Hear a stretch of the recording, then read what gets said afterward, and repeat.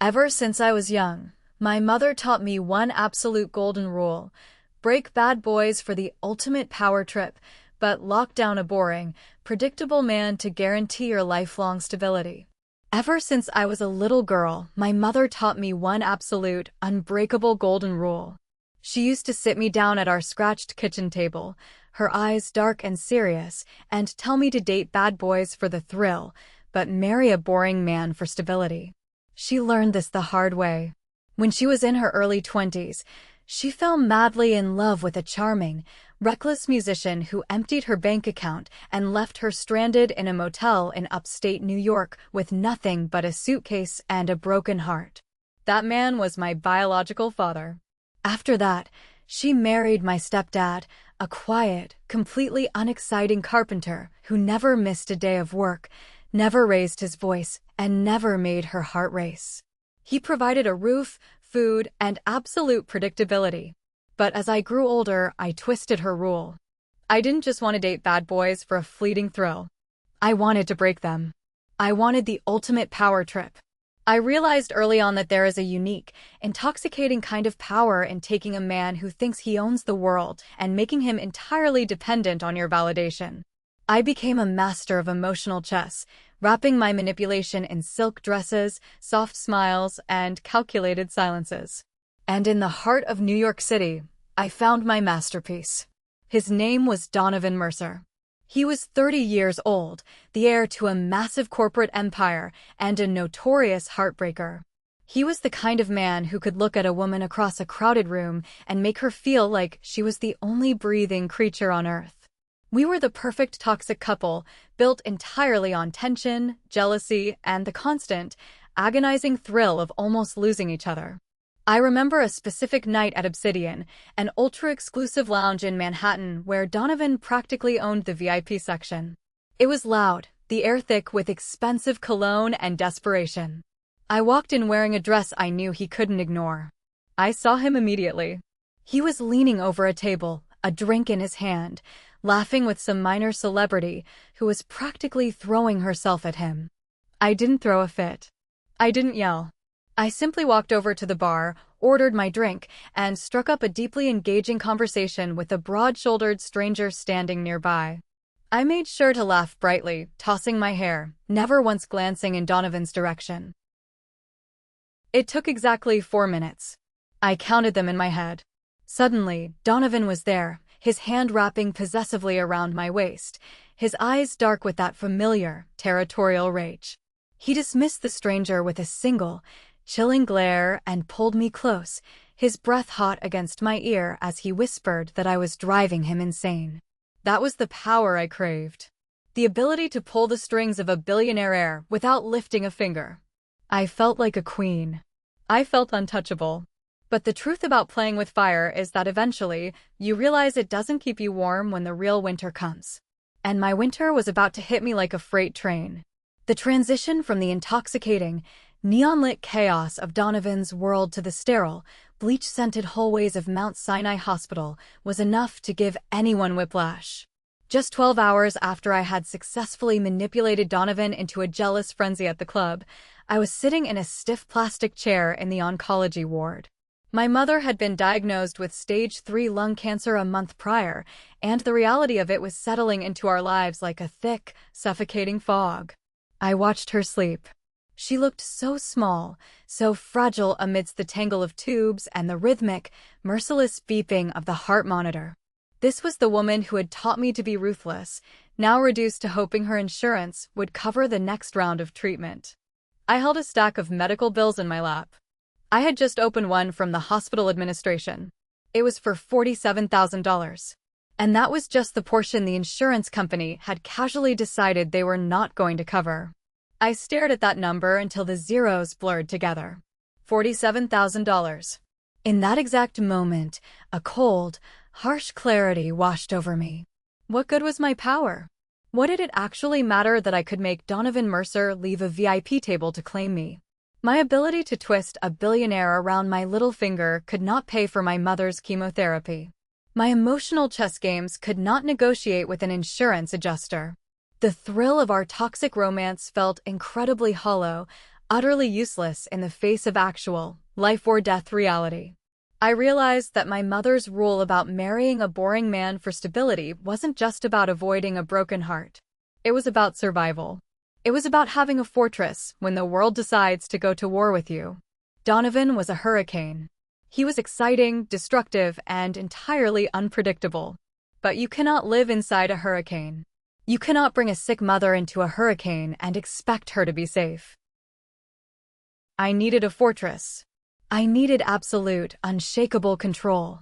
I looked down at my phone.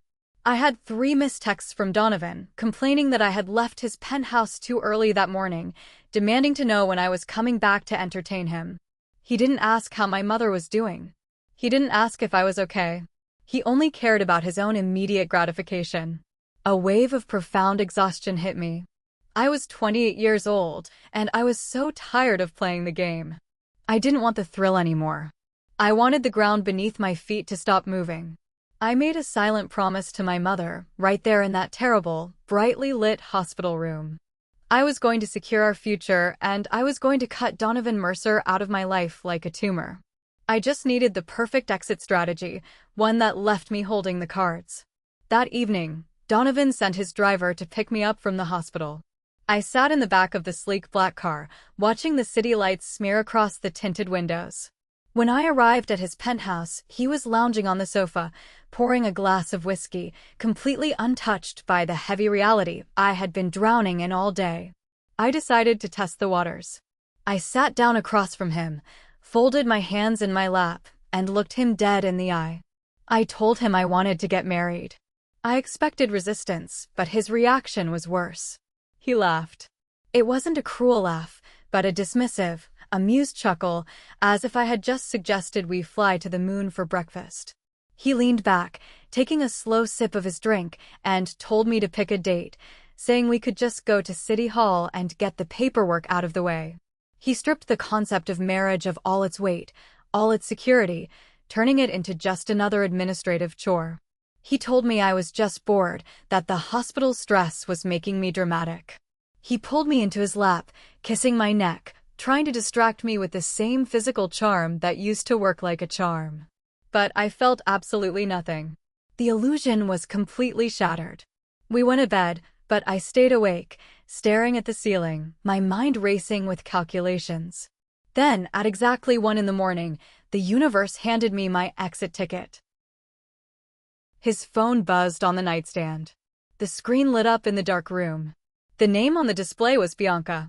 She was the legendary crazy ex-girlfriend, the one his friends always whispered he had never truly gotten over. Donovan stirred, grabbed the phone, and walked into the attached bathroom, pulling the door almost shut. I heard the muffled sound of his voice. A few minutes later, he walked back out, pulling on a fresh shirt. He didn't look at me directly. He murmured something vague about a friend having an emergency downtown, kissed my forehead, and told me to go back to sleep. As the heavy oak door of the bedroom clicked shut behind him, I sat up. I didn't feel a single ounce of heartbreak. I didn't feel the fiery jealousy that usually consumed me. I felt a cold, sharp sense of victory. A man who leaves your bed at 1 a.m. to answer a call from his ex is a man handing you the perfect weapon. I got out of bed, dressed quickly in dark clothes, grabbed my keys, and slipped out of the apartment. I knew exactly what I had to do. I wasn't going to throw a tantrum. I was going to gather leverage. I followed his car to a luxury hotel in the financial district. I parked across the street and waited for exactly 45 minutes. I needed to give them enough time to get comfortable, enough time to make his lie undeniable. When I finally walked into the lobby, the night staff barely looked at me. I took the elevator to the 12th floor, tracing the room numbers until I found the one he had disappeared into. I knocked on the heavy wooden door. It swung open, and there she was. Bianca. She was wearing a simple white silk robe, her hair falling in loose, deliberate waves. She looked fragile, innocent, the exact opposite of the aggressive manipulator I knew she really was. But I wasn't there to fight her. I already had my phone out, the camera recording every single second. Donovan stepped out from the background, fully dressed, looking irritated rather than guilty. When he saw the red recording light on my phone, his jaw clenched. He immediately tried to spin the narrative. He stepped forward, his voice low and commanding, telling me I was acting crazy, that I was embarrassing myself, and demanding I delete the video immediately. He tried to gaslight me, saying she just needed someone to talk to and I was making a massive deal out of nothing. Bianca chimed in, her eyes filling with large, perfectly timed tears, whispering apologies and claiming she didn't mean to cause trouble. It was a brilliant performance from both of them, but I wasn't the audience they thought I was. I looked at Donovan, holding the phone steady. I asked him a simple question. I asked him to choose. I told him if I was so crazy, he could just tell me to leave. He looked at me, then at the phone, and his desire for control overrode his common sense. He ordered me to go home, telling me he had important things to handle here. He chose her. Or rather, he chose not to be commanded by me. Delete the video, Vivian, he ordered, his voice echoing in the quiet hallway. I looked him right in the eyes, gave him a small, obedient nod, and deleted the video right in front of him. I watched his shoulders relax, watched the smug satisfaction return to his face as he thought he had won, as he thought he had successfully subdued me. I turned around and walked down the hallway without saying another word. I drove straight back to my own apartment that night. I didn't cry. I didn't scream. I pulled 2 large suitcases from my closet and packed every single thing I cared about. As I folded my clothes, I engaged in a long, silent monologue with myself. I was so profoundly exhausted by the act. I was tired of analyzing text messages, tired of planning my outfits like battle armor, tired of always having to be the smartest person in the room just to keep a man's attention. I was done with the noise. The next morning, the exhaustion was heavy in my bones, but I had no time to rest. My mother, despite her frail condition, had a surprising burst of terrifying energy. She had somehow sensed the shift in my demeanor and decided it was time to take matters into her own hands. She insisted I dress up, and she dragged me into a cab, taking us to an incredibly discreet, ultra-expensive matchmaking agency in Midtown Manhattan. The woman running the agency had the polished, predatory smile of someone used to dealing with generational wealth.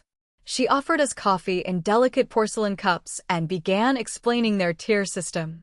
Before she could finish, my mother cut her off, her voice raspy but firm. She demanded the platinum executive package. She looked at me, her grip on my arm surprisingly tight, and whispered that my future mattered more to her than the remaining days she had left.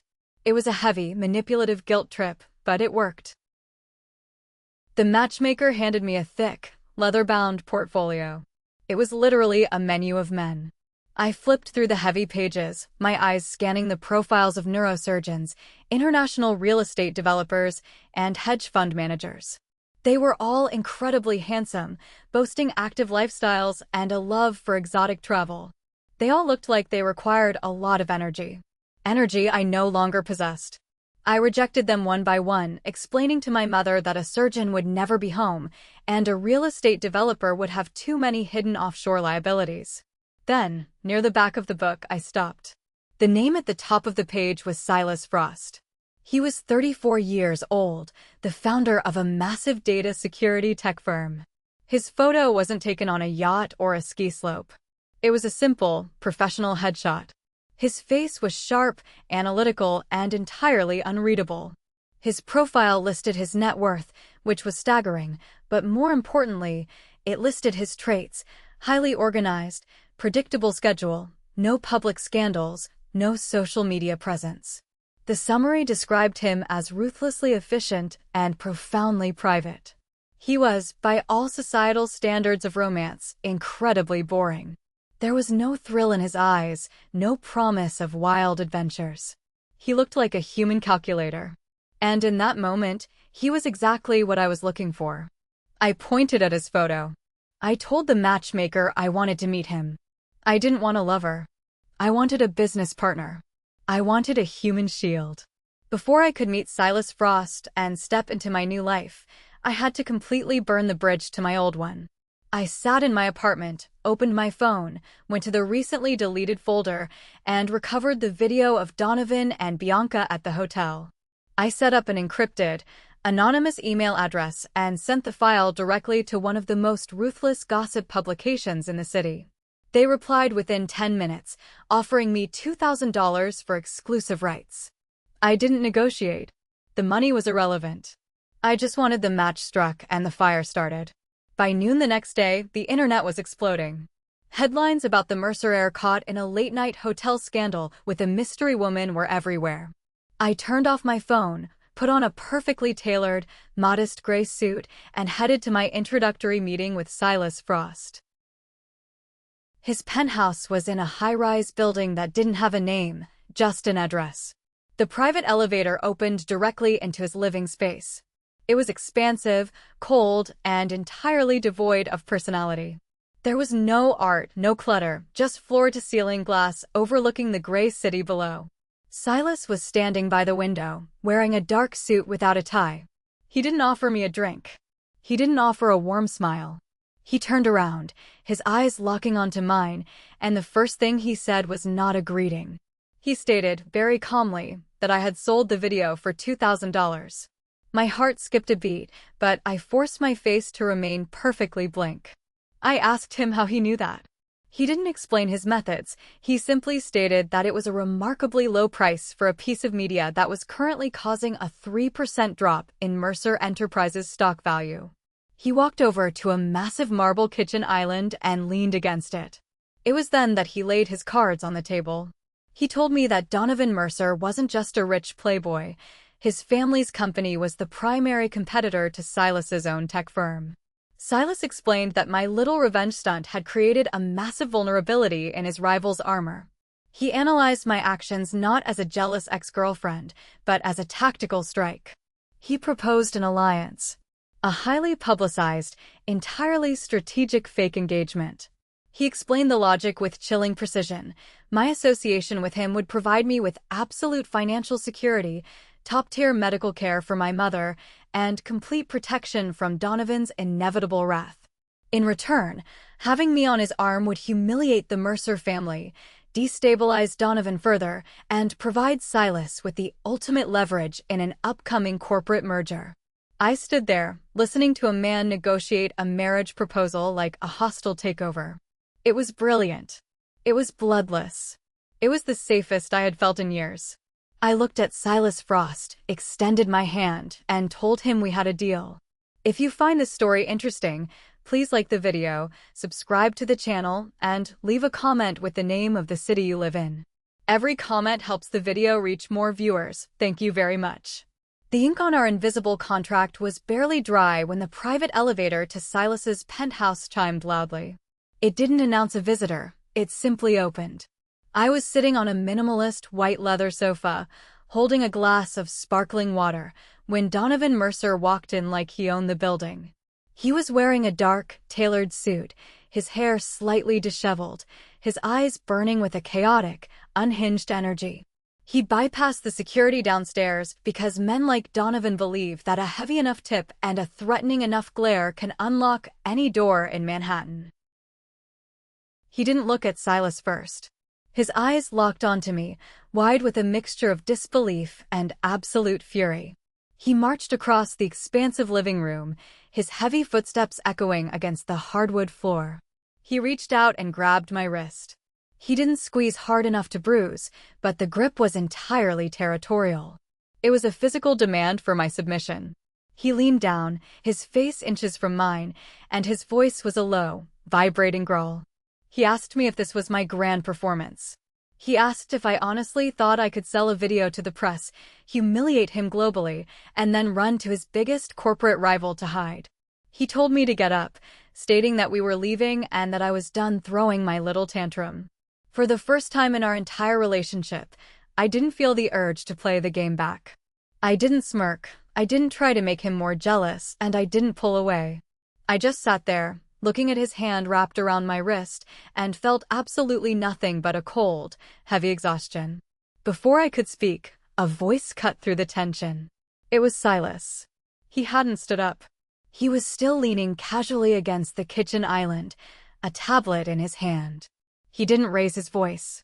He didn't sound angry or threatened. He sounded like a man discussing the weather. Silas told Donovan to release me. He said it precisely once. Donovan let out a dry, mocking laugh, finally turning his attention to the man across the room. He spat out Silas's name like it was a curse, asking since when a boring, antisocial code pusher decided to play bodyguard for a woman who was clearly out of his league. Donovan tried to project dominance, but the contrast between the two men was glaringly obvious. Donovan was a wildfire, burning through oxygen, desperate to consume everything around him. Silas was a glacier, silent, unmoving, and capable of crushing you without making a sound.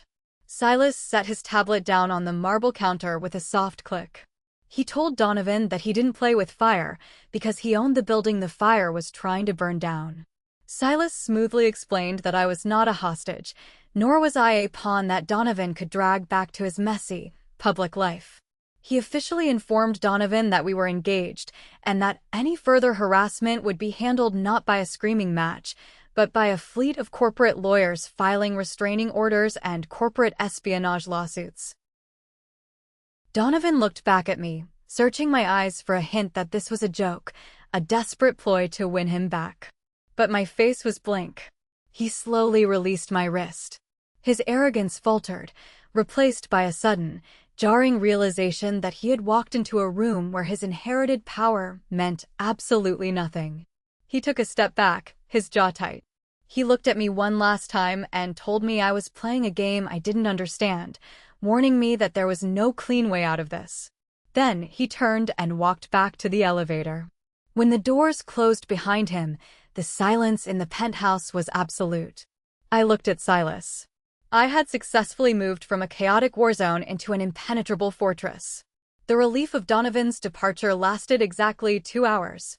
Silas had ordered dinner from a private chef, and we were sitting at opposite ends of a long, dark oak dining table, discussing the logistical timeline of releasing our engagement announcement to the press. We were treating it like a product launch. Then, my phone vibrated in my purse.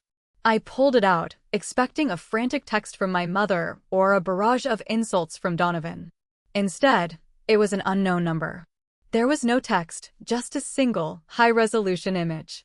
I tapped the screen to load it, and the air completely left my lungs. It was a photograph of my mother.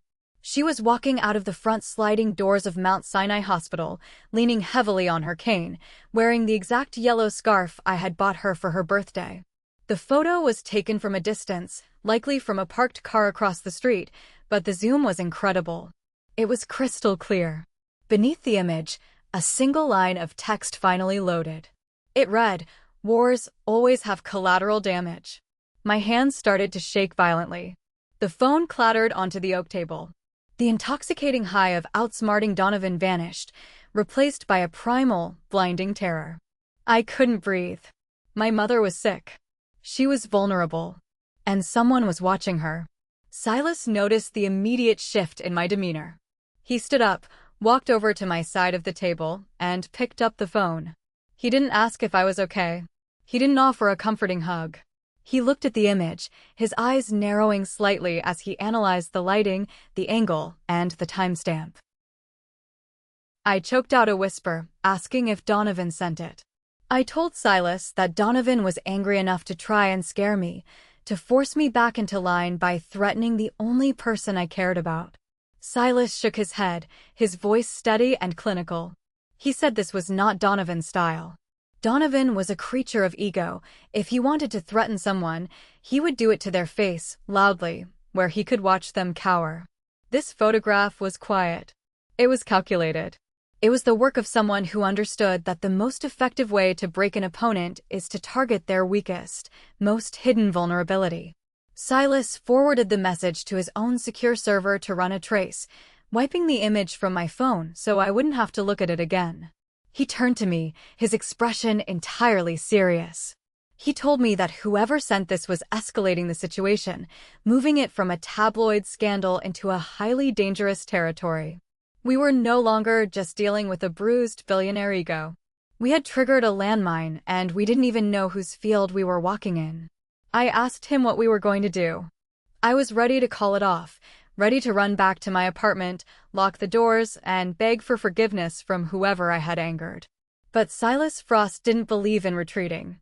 He leaned against the table and stated that tomorrow morning, at 10 o'clock sharp, we were going to publicly announce our engagement. We were going to host a press conference in the lobby of his corporate headquarters. I stared at him in disbelief, asking how painting a massive target on our backs was going to protect my mother. Silas explained the logic of power. He said that right now, our enemy was operating in the shadows because they thought we were weak and isolated. By stepping into the blinding light of the media, tying our names and our resources together, we were forcing the board to flip. We were forcing the unseen enemy to make a hurried, reckless move. I didn't sleep a single minute that night. Silas offered me the master guest suite, a room larger than my entire apartment, with automated blackout curtains and a bed that felt like a cloud. But I just sat in the dark, wrapped in a heavy blanket, staring at the glowing screen of my laptop. Around 3 a.m, my phone lit up with a second message from the same untraceable number. It was a single sentence. It said, "Bianca isn't the only secret." I stared at those words until they burned into my retinas. Bianca, the crazy ex-girlfriend. The woman in the hotel room who cried on command. Why would the anonymous stalker mention her? Unless she wasn't just a casualty of Donovan's infidelity. Unless she was the one orchestrating this entire nightmare. I opened a private browser and started typing. I bypassed all the recent tabloid garbage about Donovan and dug deeper into the Mercer family history. I searched for Roland Mercer, Donovan's father, a man notoriously ruthless in his corporate acquisitions. I added the keyword Bianca, but found absolutely nothing linking them. Then I remembered something Donovan had drunkenly muttered months ago, a passing comment about his father's paranoia originating from a tragedy in the late 90s. I typed in Roland Mercer and the year 1998. The search engine yielded a series of archived financial articles. In the winter of 1998, the Mercer Corporation had undergone a massive, hostile restructuring. A key executive, a woman named Clara Vance, had died in a horrific, single-car accident on a snowy road in upstate New York. She had been Roland Mercer's right-hand woman, and rumors suggested she was about to secure a massive block of voting shares. Her death conveniently allowed Roland to consolidate total control of the empire. I kept digging, pulling up archived obituaries. Clara Vance had no listed husband, but she did have a surviving infant daughter. The child's name was never released to the press, protected by juvenile privacy laws. The door to the guest suite clicked open. Silas walked in, holding 2 steaming mugs of black coffee. He was fully dressed in a tailored suit, looking like he hadn't slept either. He walked over, placed a mug next to my laptop, and looked at the screen. I pointed at the faded, pixelated photograph of Clara Vance from a 1998 newspaper clipping. I told Silas to look at her eyes, the shape of her jaw. Then I pulled up the video I had sold to the press, pausing it on Bianca's tear-stained, innocent face. The resemblance was undeniable. It was haunting. Silas stared at the screen, his mind processing the variables at a terrifying speed. He didn't gasp. He just nodded slowly. He pieced the puzzle together out loud. Bianca wasn't just a clingy ex-girlfriend. She was the orphan daughter from 1998. She had infiltrated Donovan's life, playing the long game, waiting for the perfect moment to strike at Roland Mercer's empire. And I had unwittingly handed her the match when I sold that video. I had created the exact corporate instability she needed. The threats against my mother weren't to scare me away, they were to push me further into Silas's arms, escalating the war between the 2 biggest tech empires in the city, creating maximum chaos. I looked at Silas, my blood running completely cold. We were not the players in this game. We were the pawns. The sun rose over Manhattan, casting a sharp, unforgiving light through the floor-to-ceiling windows. At 8 a.m, a private styling team arrived at the penthouse, courtesy of Silas. They didn't bring flowing, romantic gowns. They brought an ivory, structured dress with sharp shoulders, a high neckline, and long sleeves. It was made of heavy, expensive fabric that felt less like silk and more like Kevlar. As I stood in front of the full-length mirror, watching the makeup artist apply a sharp, dark wing to my eyeliner, I realized I was being dressed for battle. I wasn't playing the role of a blushing bride. I was playing the role of an untouchable ice queen, a woman who had successfully secured a billionaire and was entirely unbothered by the tabloid noise below her. Silas walked into the dressing area, adjusting the cuffs of his dark navy suit. He stood behind me, looking at our reflection in the mirror. We looked like a power couple carved out of marble. Cold, expensive, and completely devoid of human warmth. He didn't offer a pep talk. He gave me tactical instructions. He told me that the press downstairs was going to be vicious. They were going to ask about Donovan, about the video, and about the timeline of our relationship. He instructed me to answer nothing directly. He told me to let him handle the financial questions, but when the cameras focused on me, I was to look directly into the lenses and project absolute, unwavering confidence. I turned to face him, the heavy ivory fabric rustling around me. I asked him what we were going to do about Bianca, about the secrets from 1998. I told him we were walking out there blind, knowing that a woman who had waited 27 years for revenge was watching our every move. Silas looked at me, his eyes dark and calm. He said we were going to do exactly what Bianca wanted us to do. We were going to hold the press conference. We were going to gather every major news outlet in the city into one room. If Bianca wanted maximum chaos to destroy Roland Mercer, she needed a stage. Silas was providing the stage. He told me that today we were not going to be pawns. We were going to force the queen out of hiding. We took the private elevator down to the grand lobby of the Frost Technologies building. My heart was hammering violently against my ribs, the threat against my mother playing on an endless, terrifying loop in my mind. But as the elevator chimed and the metallic doors began to slide open, I straightened my spine. I lifted my chin. I remembered my mother's golden rule about power, and I prepared to rewrite it. The lobby was blinding. The moment we stepped out, a wall of camera flashes exploded, turning the room into a strobe-lit nightmare.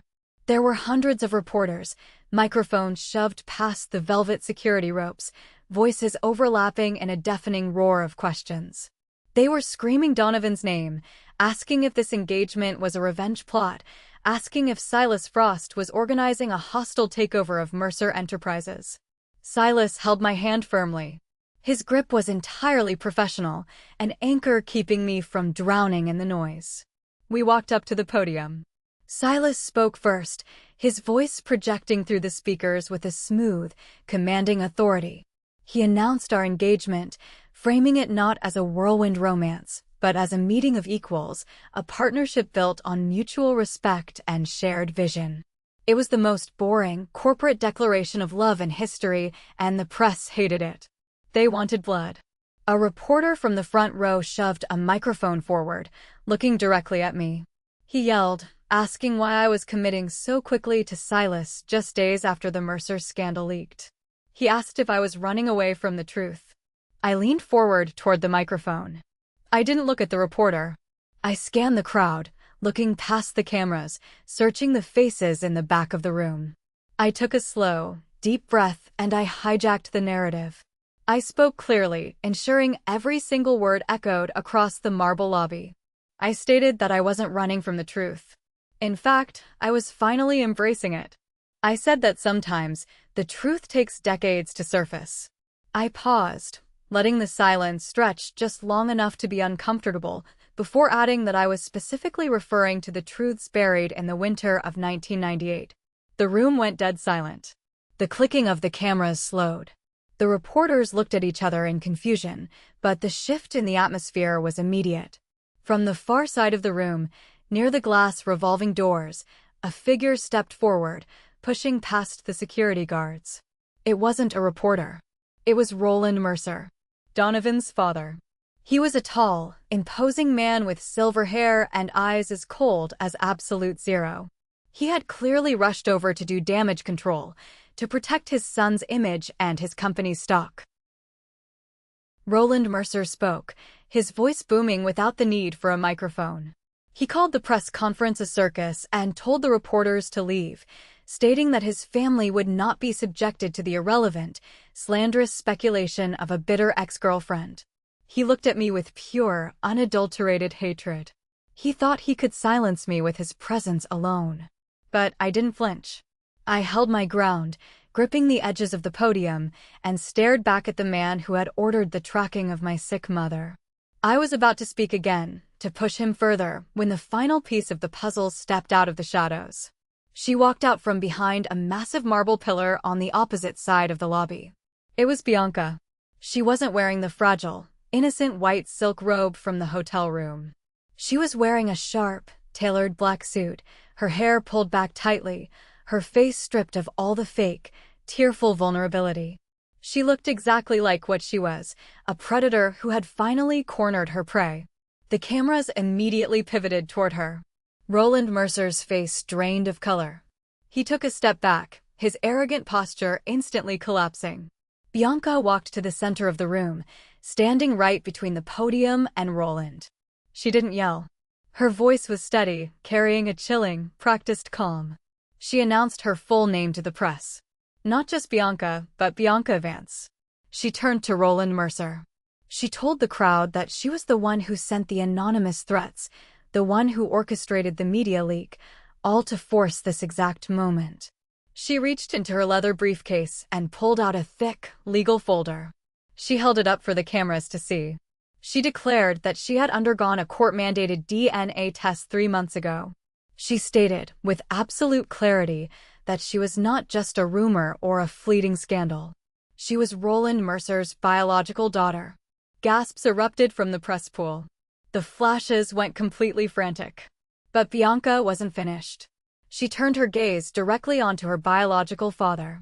The silence that fell over the room was heavier than concrete. She stated that her mother, Clara Vance, didn't lose control of her car on a snowy road in 1998 because of black ice. She looked at the reporters and accused Roland Mercer of paying a mechanic to tamper with the brake lines, ensuring her mother died before she could transfer 30% of the corporate voting shares into a trust fund for his illegitimate child. It was a bomb. It was absolute, unprecedented destruction. Roland Mercer tried to speak, tried to deny it, but his voice was drowned out by the absolute chaos. The reporters were screaming, security guards were rushing the floor, trying to separate the crowd. I looked toward the back of the room and saw Donovan. He had just walked through the doors.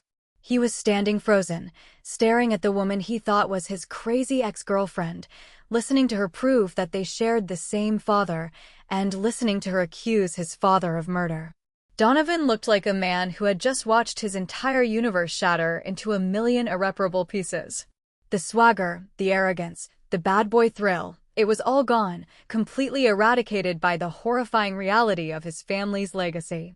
Silas grabbed my arm, his grip tight and urgent. The stage had served its purpose. The Queen had flipped the board. Silas pulled me away from the podium, signaling his private security team to form a wall around us. We had to get out before the media mob turned into a riot. Silas's security team navigated us through a hidden service corridor, away from the screaming lobby, down into the concrete depths of the underground parking garage. The air was cool and smelled of exhaust and damp concrete. Silas's armored SUV was idling, the doors held open by his driver. Just as we reached the vehicle, a voice echoed through the garage. It was Donovan. He had followed us down the service stairs. He looked pale, sick, his tie loosened, his eyes frantic. Following closely behind him was Bianca. She didn't look triumphant. She looked utterly exhausted, the adrenaline of her 27-year revenge finally crashing. Silas didn't order his guards to stop them. He simply nodded toward the spacious back of the SUV. We all got in. The doors slammed shut, sealing the 4 of us inside a soundproof, leather-lined bubble. The silence in the car was suffocating, dangerous, and thick with unresolved trauma. Donovan was the first to speak, his voice trembling. He looked at Bianca and asked if it was true. He begged her to tell him that she had faked the documents, that she was just trying to extort money. Bianca didn't look at him. She stared straight ahead at the tinted divider. She answered quietly, saying she wished it was a lie, but she had spent a decade tracking down the retired mechanic, securing the offshore bank records, and matching the payments to his father's private accounts. Silas reached into the compartment beside his seat and pulled out an encrypted tablet. He handed it to Donovan. Silas spoke with that same icy, calculating tone. He explained that his own intelligence team had hacked into the archived state police databases hours ago. He told Donovan to read the screen. The tablet displayed the original, unredacted 1998 police report, detailing clear evidence of brake lines severing, evidence that was mysteriously deleted from the final, official file 48 hours later. Donovan stared at the glowing screen. A single tear rolled down his face, a silent testament to the death of his innocence, the death of his privilege. Silas didn't offer sympathy. He offered a strategy. He looked at Donovan and delivered a ruthless ultimatum. Silas explained that by tomorrow morning, the Mercer stock would be completely worthless. The board of directors would panic and likely vote to liquidate the assets to save themselves from federal indictments. The empire was dead. But, Silas added, there was a way to control the ashes. Silas told Donovan that he had to be the one to officially file the legal motion to reopen the criminal investigation against his own father. If Donovan filed the motion, he could position himself as a victim, a reformer, retaining a sliver of public trust and keeping his seat on the board. If he refused out of misplaced family loyalty, Silas promised to release the rest of the hacked documents himself, burying Donovan alongside his father in federal prison for complicity. I watched the bad boy I used to manipulate realize that true power wasn't about making a woman jealous. True power was sitting across from him in a tailored suit, holding the legal documents to destroy his father's life, and forcing him to pull the trigger. Donovan looked at the tablet, then at Bianca, and finally at me. He closed his eyes, took a deep, shuddering breath, and nodded. He agreed to file the motion. 3 weeks later, the world looked entirely different. The fallout from the press conference was apocalyptic for the Mercer family.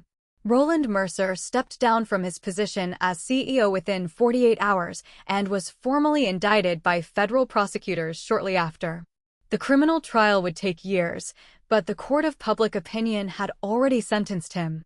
The Mercer corporate board underwent a brutal restructuring. Because Donovan had filed the motion, he managed to survive the purge, though his power was significantly reduced. He was no longer the untouchable heir.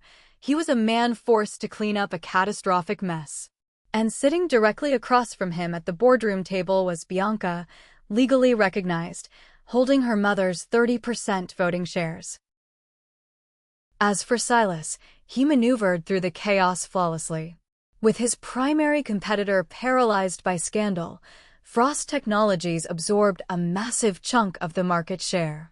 Silas stabilized his stock, secured his merger, and achieved everything he had set out to do when he shook my hand in his penthouse.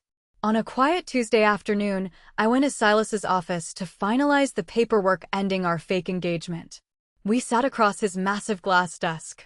He handed me a folder containing a trust fund setup for my mother's medical expenses, honoring his side of our tactical alliance.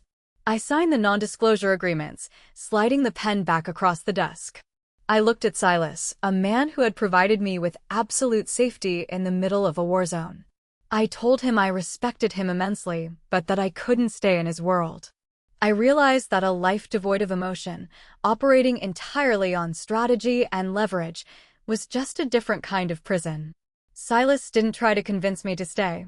He nodded, his expression softening just a fraction of an inch. He told me I was the sharpest investment he had ever made. We stood up, shook hands one last time, and I walked out of the building. The winter finally broke, giving way to a mild, hopeful spring in New York. My mother's health had drastically improved. With the financial burden completely lifted, she had access to experimental treatments that were actually working.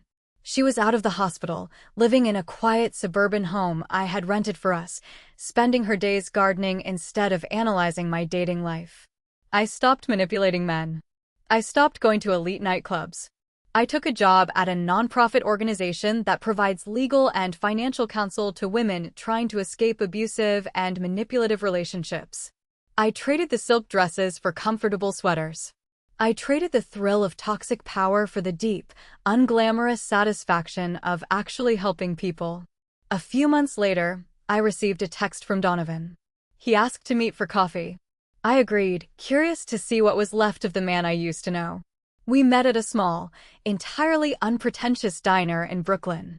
He looked older, tired, wearing a simple sweater and jeans. There was no swagger, no arrogant smirk. We talked for an hour about nothing important. He told me he was selling his shares in the Obsidian Club. He said he was exhausted by the noise. When we finally stood up on the sidewalk to say goodbye, he looked at me, his eyes soft, and apologized. He apologized for not being the man I needed when the world fell apart. I accepted his apology, not because I wanted him back, but because I finally understood that we were just two damaged people who had been using each other to avoid our own realities. We parted ways peacefully, completely free of each other. Looking back at the wreckage of the Mercer Empire and the choices I made, I walked away from immense wealth, absolute stability, and a man who finally learned how to stand by me. I chose my own boring, quiet life over the ultimate power trip I could have held alongside them. So tell me, Reddit, am I wrong for walking away from it all? What would you have done in my position? Thank you so much for listening. If you haven't subscribed yet, please hit that subscribe button, give this video a like, and let me know your verdict in the comments below. See you in the next story.